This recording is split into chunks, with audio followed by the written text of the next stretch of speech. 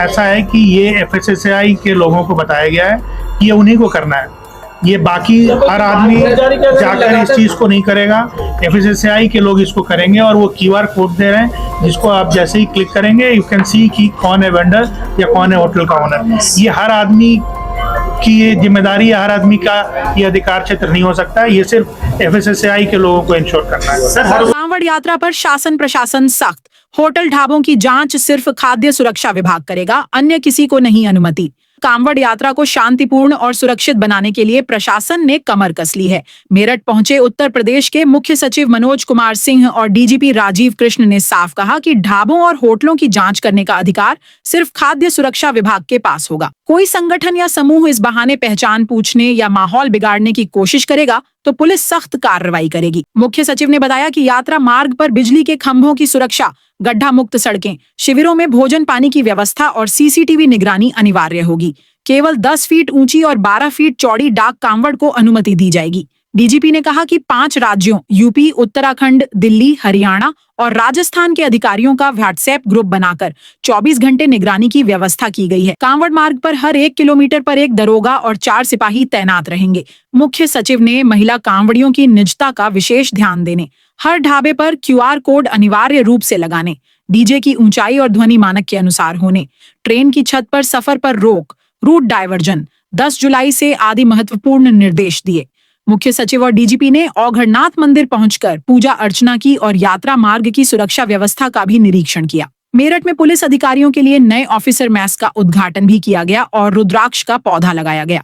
DGP ने कहा कि कांवड़ यात्रा में कानून व्यवस्था सर्वोच्च प्राथमिकता पर है। अफसरों ने 2 टूक कहा, धार्मिक यात्रा की आड़ में अफवाह, धमकी या जबरदस्ती नहीं चलेगी। पुलिस हर हरकत पर नजर रखेगी। जनपद मेरठ से जनशासन बुलेटिन के लिए नौशाद खान की रिपोर्ट।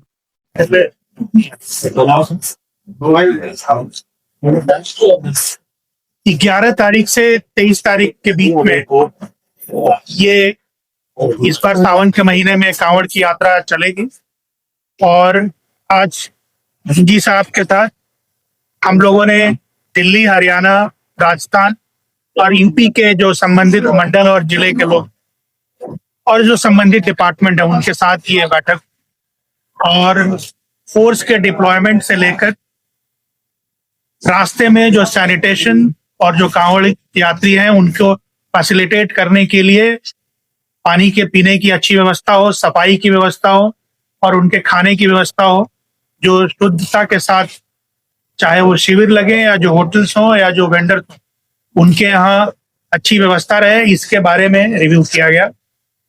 जो इरिगेशन डिपार्टमेंट के लोग हैं उनको भी बताया गया है कि पानी वगैरह जो नहर में होना चाहिए वो संतुलित मात्रा में और जो ट्रेडिशनली रहता है वही रहना चाहिए, कोई एक्सेस वाटर फ्लो नहीं होना चाहिए। साथ ही जो नहर पटरी है उसकी पूरी तरह से रिपेयर का काम समय से कंप्लीट करना है।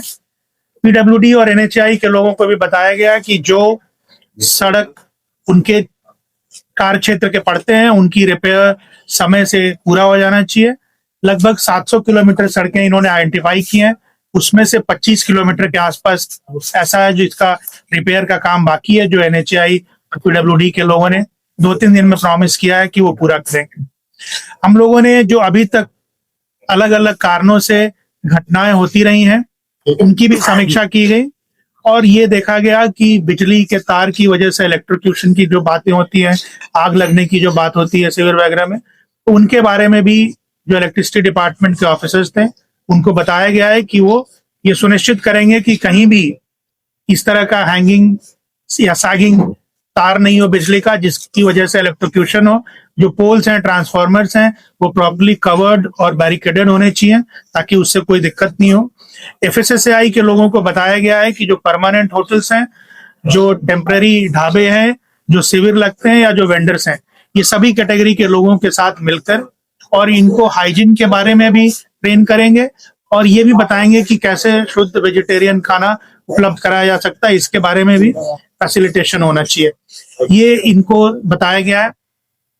जो कांवड़ की हाइट को लेकर एक अक्सर विवाद रहता है या डेसिबल को लेकर एक विवाद रहता है, उसके बारे में ये बताया गया है कि जो प्लेस ऑफ ओरिजिन है, जहां से कांवड़ ओरिजिनेट कर रहा है, वहाँ के जो एसडीएम इंस्पेक्टर्स हैं, ये उनकी जिम्मेदारी बनती है कि वो वहाँ जो समितियां हैं कांवड़ से संबंधित, उनकी बैठक कर लें, जो धर्मगुरु हैं उनके साथ बैठक कर लें और उनको अनुरोध कर लें कि ये सीमा है जिसके अंदर हमें बनाकर और इस व्यवस्था को आगे बढ़ाना है। तो कुछ ऐसे भी बताया गया कि रुड़की के आसपास वहां पे डीजे असेंबल या रीअसेंबल भी किए जाते हैं, उनकी हाइट बढ़ाई जाती है। तो ये उत्तराखंड और यूपी के जो बॉर्डरिंग स्थान के जो इंस्पेक्टर्स हैं उनके थ्रू और एसडीएम्स के थ्रू ये बताया गया है कि वहां लोगों को प्रॉपर्ली ब्रीफ कर दें कि जो हाइट डेजिग्नेटेड है उससे ज्यादा हाइट के नहीं होने चाहिए, उससे ज्यादा विड्थ के नहीं होने चाहिए, और ये उन्हीं की सहूलियत के लिए है। ये एक धार्मिक यात्रा है, लोग सद्भावना के साथ और धार्मिक भावना के साथ इस पे ट्रेवल कर रहे हैं। तो ये सभी के भावनाओं का ख्याल रखना ये हम सबकी जिम्मेदारी है। ये उनको बताया गया है कि पॉइंट ऑफ ओरिजिन और जहां असेंबल हो रहा है वहां की जो पहली बैरिकेड है वहीं पे ये इन्फोर्स होना चाहिए कि जो निर्धारित नियम है उसके विपरीत कोई चीज बाहर सड़क पे ना आए। तो इस तरह से हम लोगों ने सभी संबंधित विभागों को और सभी संबंधित राज्य के जो संबंधित अधिकारी हैं उनके साथ वार्ता हो गई है, और हमें पूरी उम्मीद है कि हम लोगों का जो पहले का अनुभव है और जो हम लोगों के ऑफिसर्स का जो पहले का एक्सपीरियंस है इस तरह के यात्राओं को कंडक्ट कराने का और एक्सिक्यूट कराने का, वो सकुशल ये 11 तारीख से जो 23 तारीख की यात्रा है, तारीख के बाद भी ज्यादा भीड़ रहती है। आगरा, बरेली, मुरादाबाद, वहां के लिए डीजी साहब ने बताया है कि फोर्स भी रीअलाइन करने की कार्रवाई की जाएगी। तो हमें पूरी उम्मीद है कि ये बहुत अच्छी तरह से यात्रा संपन्न होगी। Thank you sir. हर वर्ष बैठक होती है, लेकिन कोई ना कोई ऐसी घटना होती है जो सारी प्लानिंग को फेल कर देता है। जो होटल ढाबे पड़ रहे हैं उसमें जो आज एक वो चल रहा है कि गैर समुदाय के लोग इस तरीके को कैसे मेंटेन, देखिए ऐसा है कि ये एफएसएसएआई के लोगों को बताया गया है कि ये उन्हीं को करना है। ये बाकी हर आदमी जाकर इस चीज को नहीं करेगा, एफएसएसएआई के लोग इसको करेंगे। और वो क्यूआर कोड दे रहे हैं जिसको आप जैसे ही क्लिक करेंगे यू कैन सी कि कौन है वेंडर या कौन है होटल का ओनर। ये हर आदमी की ये जिम्मेदारी, हर आदमी का ये अधिकार क्षेत्र नहीं हो सकता है। ये सिर्फ एफएसएसएआई के लोगों को इंश्योर करना है। सर हर वर्ष बैठक होती है, कांवड़ भी है, बाईपास भी है, बावजूद इसके महानगर के अंदर बड़ी कांवड़ ये बड़े डीजे प्रवेश करते हैं जो घटना का बड़ा विषय बन जाते हैं। तो क्या देखिए हर साल सरकार की तरफ से इंफ्रास्ट्रक्चर भी बढ़ रहा है, सड़कें भी बढ़ रही हैं, सड़कें चौड़ी भी हो रही हैं, बेहतर भी हो रही हैं, वो सारी बातें हैं अपनी जगह पर, लेकिन भीड़ भी बढ़ रही है, कांवड़ यात्री भी बढ़ रहे हैं। जैसे अभी हरिद्वार के डीएम साहब ने बताया कि गत वर्ष ये करीब 4 करोड़ के आसपास लोग आए थे। तो लेकिन ये चीज बताई गई है कि जो बड़े डीजे हैं उनको शहर के बाईपास पे ही रखा जाए और शहर में ना आने दिया जाए। नियमित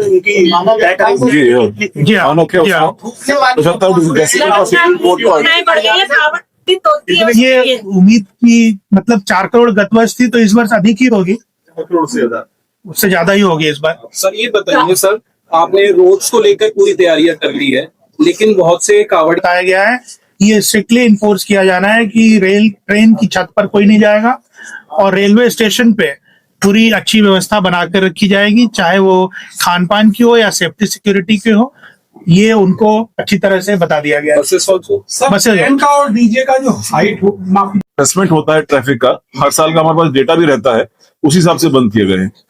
जहां तक जो ये डीजे है इनकी हाइट, वेट और नॉइज लेवल की बात है, इस बारे में सुप्रीम कोर्ट के ऑनरेबल सुप्रीम कोर्ट के भी निर्देश है कि 75 डेसिबल से ज्यादा उसका साउंड लेवल नहीं होना चाहिए, और हाइट जो है वो 10 फीट और विड्थ जो है 12 फीट, ये इसको इंश्योर करना है।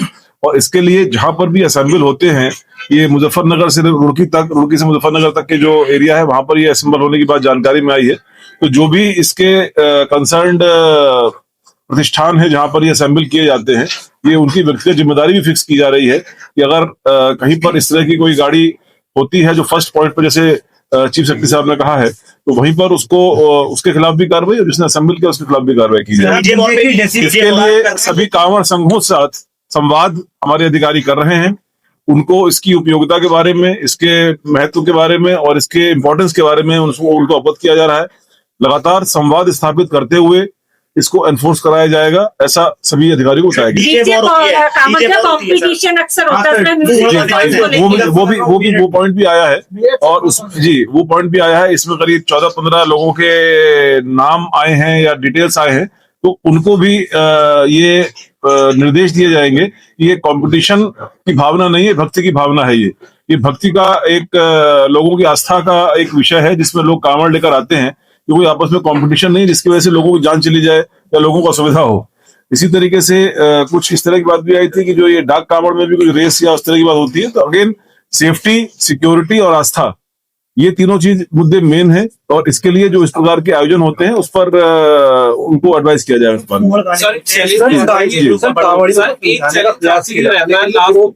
नहीं, ठीक है। वो जो उनके जहाँ से ओरिजिन होता है वहीं पर देखिए, ऐसा है कोई भी कांवड़ यात्री चल रहे हैं जहाँ से ओरिजिन हो रहा है, खासकर ग्रुप्स में जो चल रहे हैं, आपने देखा जो इंडिविजुअल चलते हैं वो बहुत आस्था के साथ अपने जल को लेते हैं, जल को चढ़ाते हैं।